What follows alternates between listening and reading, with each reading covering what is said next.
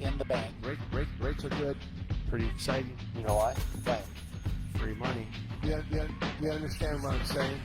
Hey, welcome back to the program. This is your Real Estate Chalk Talk, the money segment of the program, coming to you from the legendary Rack Shack Barbecue Studio in Eagan, Minnesota. RackShackToGo.com. RackShackToGo.com, or pick it up at the store, but you can order it online and pick it up at the store or have it delivered right out to your house. The best food of your life. Hittnergroup.com, HITTNER Group.com. Kelvins Kaemingk is in the studio with the best money. All money is good, but Kelvin's money is even better. A little bit better. Just a little bit better.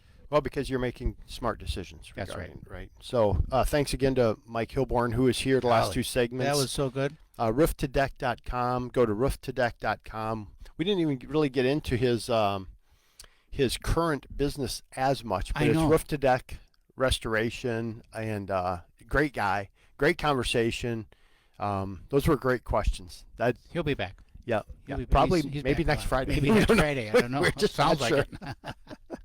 So that was good. So one of the quotes was, "Playing it safe is too dangerous." So before we get into the money segment, give me one example as you reflect back on your world of a playing it safe is too dangerous. What's something that you did that you maybe took a little risk that people were like, oh, I wonder if you should do that, that proved itself to be good and then proved itself to be like, yeah, that's probably not the best?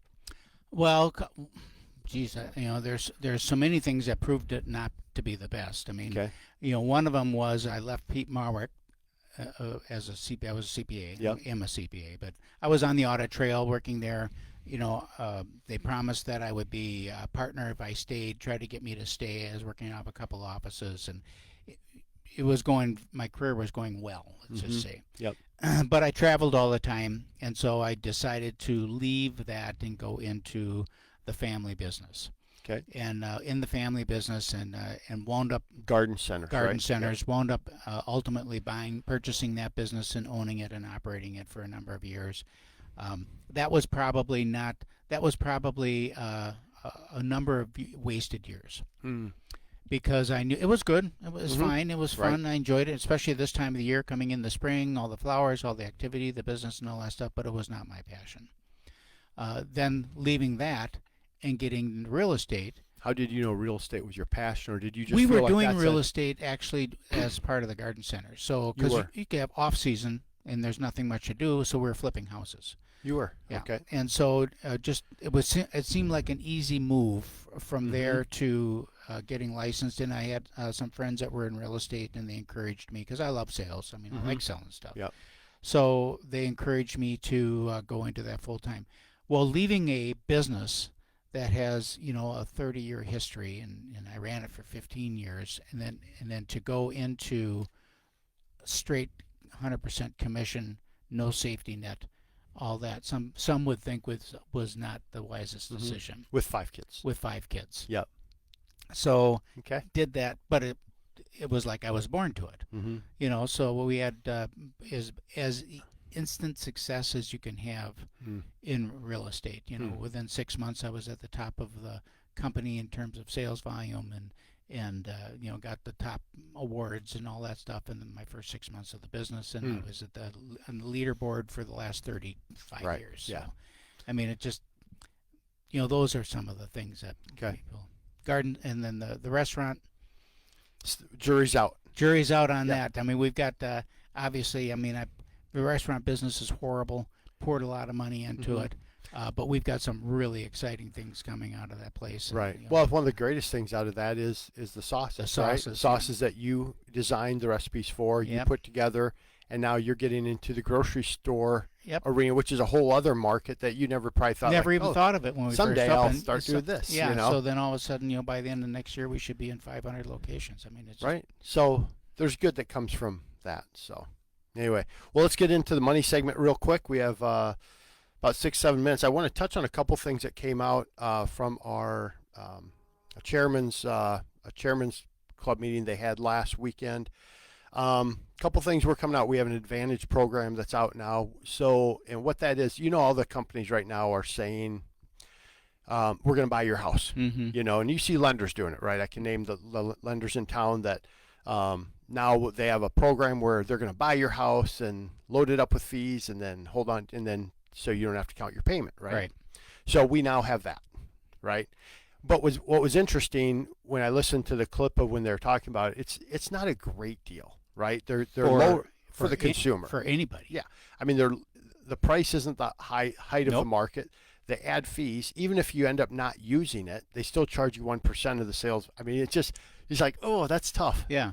So we have this other Because program. it's like a guarantee. Right. But we have now this Advantage program, which says, hey, as long as you have 24 months reserves, we don't need to count your house payment against you. So hold on to your house, sell it traditionally, do your thing. Your home has to be on the market. You have to have reserves, which makes sense. And then we don't have to count your current house payment against you. So now you can buy before selling if you want to. So, but you never really actually buy the house. We never buy the house. No, we just. So that reminds me of we had a guaranteed sale plan back in the day where it was essentially the same thing, where it was like, look, here's the contract, we signed the contract and all that stuff. We're going to put the home on the market. Yep. If we can't sell it in 90 days, we'll buy it. Mm-hmm.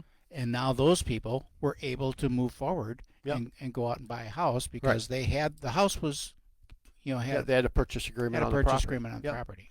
So the only difference here is we don't need the purchase agreement, right? Okay. We just have to make sure you have some reserves, because that would make sense, right? Yeah. That you have some reserves in Right. the bank. So, so that's kind of cool. So that's a nice piece that we'll play in. Now, here's the downside. Just I mean, everybody that I talk to, I'm like very straightforward. Like, here's the downside. The rate's a little higher on it, and then hopefully you get yours on the market, your sells. Now you do have a PA in hand, and now we just go to traditional. We get out of the Advantage program, just go traditional. And you're going to save probably a half to between about 3/4 of a point in rate. So it's a little bit more expensive, but everything is right now, and there's a convenience to that of and having that security. And what we're saying is then go buy your house, non-contingent, right? Just push the close date out as long as possible. Get yours on the market. Work with the Hittner Group. Get it sold, because it will sell quickly if you're on it.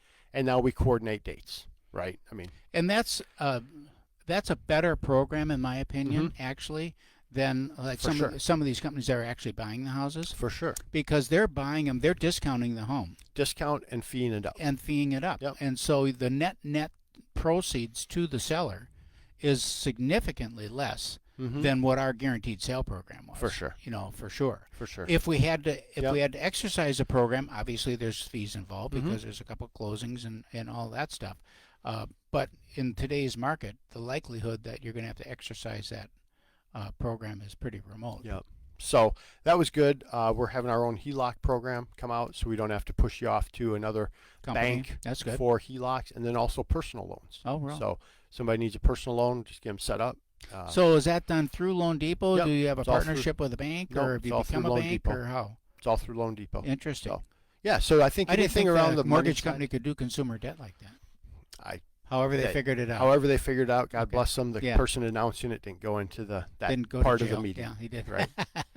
So those are things coming out, which is good. Rates, rates continue to move up this past week. We're just really wishing we would just settle in, to be honest. I mean, settle into an area, because every day yesterday, it's Friday right now. Yesterday, the stock market sold off, literally sold off. And we saw for a moment, we're like, okay, finally. Rates are going to That's drop. going down. Rates are driving. Like, oh, finally. Okay, guys, we're Yeah. And literally, it was about an hour and 15 minutes, and all of a sudden it turned, and we shot right straight back up. Explain the impact of this now. The bond market's off about 20% too for the year. So I thought bonds moved inversely to rates. Me too. It's like nothing is making sense now. I met with my financial planner and went through everything Monday morning, and we were talking about categories, because I'm looking at my stuff, as everybody listening to the show is, and as you are, other than you probably, but all my stuff went down dramatically, like everything. We were talking, he said it just doesn't make sense. Like, usually when the stock market goes down, then we'll go heavier here, bonds will perform, and this. Right. He said bond market, stock market, everything went down. Okay, so talk about recession in the last minute and a half. So if we go into another deep recession, how's that going to impact all that? I think the whole goal of the Federal Reserve right now is just to raise rates to push us to recession, to slow down the inflation, and that's going to put rates probably around 6.5. I mean, we're flirting with 6 right now. We're high 5s, low 6s right now, and so it's Jimmy Carter stagflation because the economy is shrinking. Yeah, depending on who you talk to, but yeah. So it's we just want to settle in, and if it settles in at 5.5, then we'll make do at 5.5. Yeah, right. Right. Which is not bad. That'd be super duper. If we could be 5 to 5.5, 6 is good. Be great. Yeah. But it's just, boy, we've had a whole generation of people just going, oh my gosh. I just said, while we're sitting here, a past client called and they left me a message saying, hey, I want to refi. I got some cash out. I'm like, you're not gonna. You're not. But that's when we need those HELOCs and stuff like that. Right. So Kelvin Kaemingk, loanDepot, 651-231-2500. Again, 651-231-2500. Love to have a conversation with you regarding what you need in the mortgage world. It's a fast show this week. This is your Real Estate Chalk Talk. Give us a call, 612-627-8000, or go to hittnergroup.com, hittnergroup.com. We'll see you next week. You've been listening to your Real Estate Chalk Talk with the Hittner